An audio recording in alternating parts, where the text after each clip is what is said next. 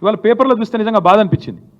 ఆ రైతులను వాళ్ళు ఏదో తీవ్రవాదులు అన్నట్టు పాపం వాళ్ళ ఇళ్ల మీద పడి, ఇళ్లలో లేకపోతే పొలాల మీద పడి తెల్లారి అరెస్ట్ చేసిన ఒక రైతు కొడుకు పుట్టినరోజు. ఇవాళ ఆ తల్లి ఆ కొడుకు ఇద్దరు ఏడుస్తూ ఉన్నారు. ఒక కూతురికి అన్నప్రాసన, ఈరోజు ఆయనను దూరం చేసినారు. ఒక తల్లికి వైద్యం చేయించాల్సిన రైతు ఆయన ఎత్తుకపోయినారు ఆ కొడుకుని. పరీక్షలు రాయాల్సిన పిల్లోని కూడా అరెస్ట్ చేసింది ఈ ప్రభుత్వం. అందుకే నేను అంటా ఉన్నా, ఇది మానవత్వం మరిచిన ప్రభుత్వం, మట్టి మనుషుల మీద క్రూరత్వాన్ని చూస్తున్న వికృత ఒక ప్రభుత్వం ఈ ప్రభుత్వం. ఈ భూదాహం ఏదైతే ఉందో నేనేదో ఓకే నిరాధారంగా చెప్పట్లేదు. ఏం జరుగుతూ ఉంది ఇవాళ అంటే ఈ రాష్ట్రంలో ఇదొక్కసారి మీరు చూడండి. ఇదొక ఫార్మా కంపెనీ, మొన్న ఈ మధ్యన పుట్టింది, మ్యాక్స్ బిఎన్ ఫార్మా కంపెనీ. దీని పేరు మ్యాక్స్ బిఎన్ ఫార్మా కంపెనీ. పుట్టింది ఇంకా 3-4 ఏళ్ళు అయినట్టుంది. 3-4 ఏళ్ళు కాలే, సారీ 2023 2020లో పుట్టినట్టుంది. Date of incorporation 2020.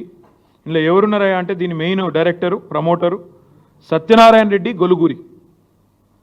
Satyanarayana Reddy Goluguri వీళ్ళెవరు? రేవంత్ రెడ్డి గారి అల్లుడు, రేవంత్ రెడ్డి గారు పిల్లనిచ్చిన అల్లుడు సత్యనారాయణ రెడ్డి గొలుగూరి. ఈ మ్యాక్స్ బిఎన్ ఫార్మా కంపెనీ విస్తరణ కోసం ఈ ఫార్మా విలేజ్లలో భూములు తీసుకొని దానికి అనుగుణంగా వాళ్ళ విస్తరణ కోసం సహకరించడానికే ఇదంతా చేస్తూ ఉన్నారు. ఇంకొక మాట, ఇందులోనే ఇదే మ్యాక్స్ బిఎన్ ఫార్మా కంపెనీలో ఇంకొక ఆయన ఉన్నాడు డైరెక్టర్. ఆయన పేరు అన్నం శరత్. ఈ అన్నం శరత్ అన్నట్టు ఆయనది కూడా ఇంట్రెస్టింగ్ ఇది ఉన్నది. మ్యాక్స్ బిఎన్ ఫార్మా కంపెనీ ఏమో వాళ్ళ అల్లుడు గారిది. అందులోనే ఇంకొక ఆయన ఉన్నాడు అన్నం శరత్. అన్నం శరత్ ఎవరు అంటే సహృదయ హెల్త్ కేర్ ప్రైవేట్ లిమిటెడ్ అనే కంపెనీలో కూడా ఆయన డైరెక్టర్. సహృదయ health care. ఆ సహృదయ హెల్త్ కేర్ అన్నం శరత్ ఎవరంటే ఒక గీన ముఖ్యమంత్రి పక్కన నిలబడ్డా. ఆయన ముఖ్యమంత్రి పక్కన నిలబడ్డాడు. ముఖ్యమంత్రి గారు మొన్న మెడికవర్ అనే ఒక హాస్పిటల్ ప్రారంభోత్సవానికి వరంగల్కు ప్రత్యేకంగా పోయినారు. వరంగల్ ఎంజీఎం హాస్పిటల్కి పోలేదు. వరంగల్లో రైతులు పత్తి కొట్టలేకపోతే పత్తి రైతులు ఏడుస్తుంటే అక్కడ పోలేదు. వరంగల్ ఎంజీఎం హాస్పిటల్లో 6 గంటల కరెంటు పోతే పట్టించుకోలేదు. కానీ ఒక ప్రైవేట్ హాస్పిటల్ మెడికవర్ హాస్పిటల్ ప్రారంభోత్సవానికి ముఖ్యమంత్రి గారు హెలికాప్టర్లో పోయినారు. ఎందుకబ్బా ఈయన మీద ఇంత ప్రేమ అని మేము తవ్వి చూస్తే ఈ అన్నం శరత్ అంట ఆయనే గొలుగూరి సత్యనారాయణ రెడ్డి అని ముఖ్యమంత్రి గారు అల్లుడు. ఇద్దరు co directors Max BN pharma company. Medicover hospital ఏదైతే ఉన్నదో నాకు తెలిసినంత వరకు, నాకున్న అవగాహన ఉన్నంత వరకు రేవంత్ రెడ్డి గారి వ్యవహారం మనందరం కూడా చూస్తూ ఉన్నాం కాబట్టి మొన్న ఒక యూనిట్ పెట్టింది బెంగళూరులో. దాన్ని స్వయంగా డీకే శివకుమార్ గారు పోయి ప్రారంభించినారు. మరిగా దాని వెనకాల ఉన్నదెవరో, ఆ మెడికవర్ హాస్పిటల్ అక్కడ ఉన్నది ఎవరిదో కూడా ప్రజలు అర్థం చేసుకుంటారని ఇదంతా చెప్తా ఉన్నా. ఎందుకు చెప్తా ఉన్నా ఈ అన్ని వివరాలు ఇంత వివరంగా అంటే ఇవాళ ఫార్మా విలేజ్ల పేరిట జరుగుతున్న వికృత భూసేకరణ ప్రక్రియ ఏదైతే ఉన్నదో, ఇది మన ఆయన డీకే శివకుమార్ గారు అక్కడ మెడికవర్ ఓపెన్ చేసిన ఫోటో ఏది బెంగళూరులో.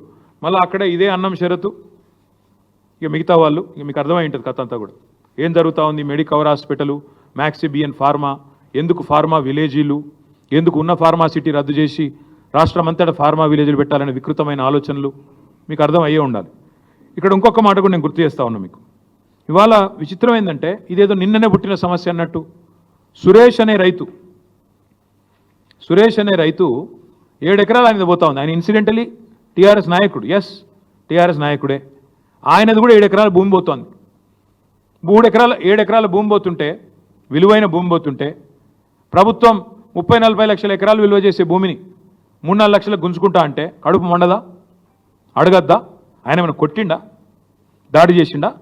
మర్యాదగా ఆంగ్లంలో, నేను చూసిన మొత్తం వీడియో, ఇక్కడికి వచ్చేమో చూసుకునే వచ్చిన, మర్యాదగా ఆ కలెక్టర్ పేరు ప్రతీక్ జైన్కు తెలుగు వస్తుందో రాదో అన్న ఉద్దేశంతో హిందీలా ఇంగ్లీష్లా సురేష్ మంచిగా సంజాయించి చెప్తున్నాడు. సార్ అట్లా కాదు, ఇట్లా మీరు ఎందుకు తీసుకుంటున్నారు అని సంజాయించి చెప్పిండు తప్ప దాడి చేసిండా? చాలా పద్ధతిగా, సార్ భూసేకరణ అక్కడైతే మీటింగ్ ఇక్కడెందుకు పెడుతుండ్రు సార్, మీరు రైతులను కలవండి సార్, చాలా మర్యాదగా సంయమనంతో సురేష్ గారు మాట్లాడినారు. ఇవాళ సురేష్తోని మాట్లాడుడే తప్పట. మా పార్టీ నాయకునితో, మా పార్టీ ఎమ్మెల్యే ఎక్స్ఎమ్మెల్యే మాట్లాడితే తప్ప అంటే సురేష్తో మాట్లాడితే పట్నం నరేందర్ రెడ్డి కేసు. అసలు సురేష్ దాడే చేయలేదు. సురేష్ కడుపు మండి అడిగిండు. ప్రజాస్వామ్యంలో నేను అడుగుతా ఉన్నా ఈ ముఖ్యమంత్రిని, ప్రజాస్వామ్యంలో ఇవాళ ముఖ్యమంత్రి గారికి నేను గుర్తు చేస్తా ఉన్నా, ప్రశ్నించే గొంతు అనే కదా నువ్వు కూడా గెలిచింది. ప్రశ్నించే గొంతు అనే కదా మల్కాజ్గిరిలో ప్రశ్నించే గొంతునైతా అదైతా ఇదైతా నువ్వే కదా మొదలుపెట్టింది. ఇవాళ మరి రాజ్యాంగమే కల్పించిన హక్కు ప్రశ్నించడం. ప్రజాస్వామ్యంలో ప్రజలు ప్రశ్నించాలి అనేది ఒక మాట. ఇది కూడా చూడండి మీరు. తిరుపతి రెడ్డి గారు ఈయన రైతులు అందరినీ కలిసిండ్రండి. ఒక కేటీఆర్నే కలవలేదు, నరేందర్ రెడ్డిని కలవలేదు, అందరినీ కలిసిండ్రు. కొడంగల్ రైతులు తిరుపతి రెడ్డి దగ్గర మొరబెట్టుకున్నారు. ఎందుకంటే ముఖ్యమంత్రి కలవాడు కదా, ముఖ్యమంత్రి బిజీ. ఇక్కడ తిరుపతి రెడ్డి కూడా ఉన్నాడు, కలెక్టర్ కూడా ఉన్నాడు. సబ్జెక్ట్ ఏంటంటే రైతులందరినీ కలిసిండ్రు. ప్రతీక్ జైన్ని కలిసిండ్రు, కలెక్టర్ని కలిసి మొరబెట్టుకున్నారు, తిరుపతి రెడ్డిని కలిసి మొరబెట్టుకున్నారు, మా భూములు కాపాడండి అని చెప్పినారు. కానీ ఈరోజు విచిత్రమైన పరిస్థితి ఏంటంటే ప్రజాస్వామ్యంలో ప్రశ్నించే అధికారం లేనట్టు, నా భూమి నువ్వు గుంజుకుంటా అంటే కూడా నేను ఊరికైనా దండం పెట్ట, ఓకే అయ్యా నువ్వు ఎంత ఇస్తే గంతే తీసుకుంటా అని చెప్పి సాగిలపడాలన్నట్టు, నీ అనాలోచిత తుగ్లక్ విధానాలను కూడా ఎవడు ప్రశ్నించకూడదన్నట్టు, ఫార్మా విలేజ్ల పేరిట జరుగుతున్న భూ భాగోతాన్ని ఎవరు నిలదీయకూడదు, ఎవరు అడగకూడదు అన్నట్టు నువ్వు చేస్తున్న వైఖరి ఏదైతే ఉందో మేము ఖచ్చితంగా గొంతు విప్పి ప్రశ్నిస్తున్నాం. రేవంత్ రెడ్డి సమాధానం చెప్పు. ఒకవేళ సురేష్ మా నరేందర్ రెడ్డిని కలవడం తప్పైతే, సురేష్ మరి నాతో వచ్చి కలవడమే తప్పైతే నేను అడుగుతా ఉన్నా రేవంత్ రెడ్డి గారిని, మరి మీరు రాహుల్ గాంధీ తెల్లారలేస్తే తిడతా ఉంటాడు అదానిని, ఏమని దేశాన్ని దోపిడీ చేస్తాడని తిడతాడు. దేశాన్ని దోపిడీ చేస్తున్నాడు అదాని అని చెప్పి రాహుల్ గాంధీ వ్యతిరేకిస్తూ మాట్లాడతాడు. మరి ఆయనతో నువ్వు కూడా రాసుకొని పూసుకొని తిరుగుతున్నావు కదా. దేశాన్ని దోపిడీ చేస్తున్న అదానితో రాసుకొని పూసుకొని తిరిగే రేవంత్ రెడ్డి గారిని మరి సీఎం పోస్ట్ నుంచి తప్పించాలా వద్దా? నిజంగా మీరు చెప్పింది అదే లాజిక్ అయితే సురేష్ గారు ప్రశ్నించడమే తప్పు, ఆ సురేష్ గారు వచ్చి నన్ను కలవడం, నరేందర్ రెడ్డితో ఫోన్ మాట్లాడడం తప్పైతే నేను అడుగుతా ఉన్నా, ఏం ఎవిడెన్స్ ఉందండి? సురేష్ దాడి చేసిండా, నరేందర్ రెడ్డి దాడి చేపించిండా? ఫోన్లో మాట్లాడటమే తప్ప మా నాయకుడు ఇంకో నాయకుడితో. కాబట్టి నేను అనేది రేవంత్ రెడ్డిని, ఈ ప్రభుత్వాన్ని వెంటనే మీ మూర్ఖపు ఆలోచనలు మానుకోండి. ఫార్మా విలేజ్ల పేరిట రావణ కాష్టం చేస్తాం రాష్ట్రం అంటే ఊరుకోము. మీరు హైకోర్టును కూడా మోసం చేస్తున్నారు. నేను గుర్తు చేస్తా ఉన్నా, హైకోర్టు జడ్జిలకు నేను విజ్ఞప్తి చేస్తా ఉన్నా. హైకోర్టులో ముచ్చర్ల రైతులు, హైకోర్టులో కందుకూరు రైతులు పిటిషన్ వేసినారు. మా భూములు ఫార్మాకు వాడుతున్నారా, దేనికి వాడుతున్నారో ప్రభుత్వం చెప్పాలంటే హైకోర్టులోనేమో ఫార్మా సిటీ ఉన్నది అని చెప్తారు, బయటనేమో ముఖ్యమంత్రి గారు అట్టహాసంగా ఒకరోజు ఫ్యూచర్ సిటీ అంటాడు, ఇంకో రోజు ఫోర్త్ సిటీ అంటాడు, ఇంకో రోజు ఏఐ సిటీ అంటాడు, ఇంకో రోజు స్కిల్ యూనివర్సిటీ అంటాడు. ఎక్కడ పెడుతున్నావా ఇవన్నీ అంటే 1 ఇంచు భూమి సేకరించిన అదనంగా ఎక్కడన్నా? గతంలో ఫార్మాసిటీ కోసం సేకరించిన భూముల్లోనే కదా ఇవన్నీ పెడతానంటుంది. మరి ఫార్మాసిటీ కోసం సేకరించిన భూములు కండిషనల్ ల్యాండ్ అక్విజిషన్. అది రంగారావు గారి భూమి ఉందనుకోండి, ఆ రంగన్నకు నోటీస్ వస్తుంది, ఏమని? ఇగో మీ భూమిని మేము ఫార్మాసిటీ కోసం తీసుకుంటున్నామని వస్తుంది. ఫార్మాసిటీ కోసం కాకుండా ఇంకా దేనికి మళ్ళీ ఇచ్చినా అది వెంటనే రద్దు అవుతుంది, వెంటనే నల్ అండ్ వాయిడ్ అవుతుంది ఆ ల్యాండ్ అక్విజిషను యాక్ట్ ప్రకారము. ఇదే మాట మేము అడిగితే అసెంబ్లీలో కూడా అడిగాం. లేదు లేదు లేదు మీరు చాలా తెలివిగా ప్రజల్ని తప్పుదోవ పట్టించే ప్రయత్నం చేస్తున్నారన్నారు. ఇవాళ తప్పుదోవ పట్టిస్తుంది ఎవరు? తప్పుడు పనులు చేస్తుంది ఎవరు?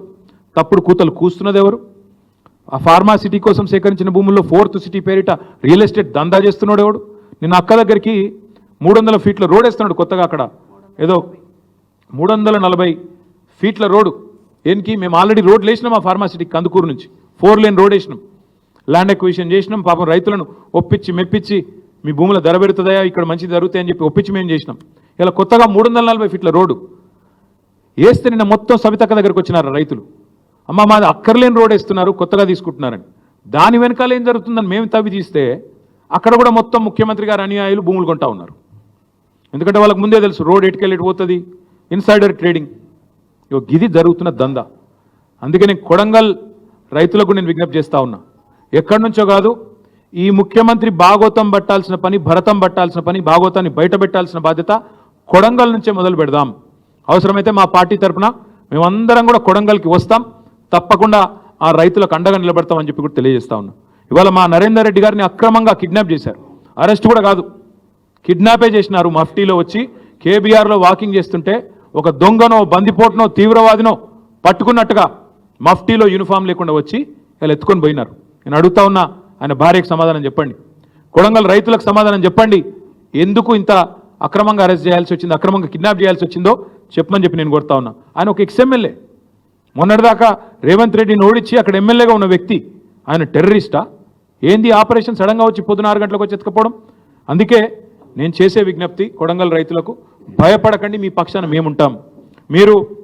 మీరు కోర్టులో తప్పకుండా కొట్లాడతాం. న్యాయస్థానాల మీద మాకు విశ్వాసం ఉంది, న్యాయస్థానాల మీద మాకు విశ్వాసం ఉంది. కోర్టులో తప్పకుండా ఈ దుర్మార్గాన్ని ప్రశ్నిస్తాం. ఇప్పటికైనా ముఖ్యమంత్రి గారు కూడా వెంటనే ఈ ఆలోచన, మూర్ఖపు ఆలోచన మానుకోవాలని చెప్పి కూడా విజ్ఞప్తి చేస్తూ ఉన్నాం. నిన్న మొన్న జరిగిన విషయంలో కూడా ఖచ్చితంగా ప్రభుత్వం వివరణ ఇవ్వాలి, సంజాయిషి ఇవ్వాలి. బేషరతుగా ఆ 16 మంది రైతులను వెంటనే విడుదల చేయాలి. పట్నం నరేందర్ రెడ్డిని విడుదల చేయాలి. పొద్దున వీడియో చూసినాం ఆ రైతులది, వాళ్ళు నడవలేకపోతున్నారు. ఖచ్చితంగా పోలీసు వాళ్ళు వాళ్ళని కొట్టారు. మెడికో లీగల్ పరీక్షలు వెంటనే చేయాలి. నేను మేజిస్ట్రేట్ గారిని కూడా కొడతా ఉన్నా, దయచేసి మీరు ఆదేశించండి. వాళ్ళని రిమాండ్కి పంపే ముందే, వాళ్ళని మళ్ళీ తిరిగి జైలుకి పంపే ముందే వాళ్ళకి ఎక్కడెక్కడ వాళ్ళ శరీరం మీద దెబ్బలు ఉన్నాయో వెంటనే మెడికల్ ఎగ్జామినేషన్ చేయించాలి. వెంటనే మాకు ప్రభుత్వ వైద్యుల మీద నమ్మకం లేదు, ప్రభుత్వ వ్యవస్థ మీద నమ్మకం లేదు. ప్రైవేట్ వాళ్ళని పంపించండి, థర్డ్ పార్టీని పంపించండి, మేజిస్ట్రేట్ గారి చాయిస్. దయచేసి ఎగ్జామినేషన్ చేయించండి. వాళ్ళని చిత్రహింసలు పెట్టారని చెప్పి చెప్తా ఉన్నారు, నడవలేకపోతున్నారు. మీరు చూడండి వీడియో. అంటే మీరు భూములు ఇవ్వకపోతే కొడతారా? ఇక భూములు ఇవ్వకపోతే వాళ్ళ భూములు గుంజుకుంటేందుకు జులుం చేస్తావు. అందుకే వారికి మేము అండగా ఉంటామని చెప్తూ, మరి ఈ నరేందర్ రెడ్డి గారిని ఒకసారి చూడండి, ఎంత దుర్మార్గంగా మఫ్టీలో వచ్చి పొద్దున్నే ఒక్కడన్నా పోలీస్ యూనిఫామ్లో ఉన్నాడా? వీళ్ళు పోలీసు వాళ్ళా లేకపోతే నిజంగానే దొంగలా? మాకేం తెలుసు, కిడ్నాపర్లా? ఎవడో మాకేమెరక.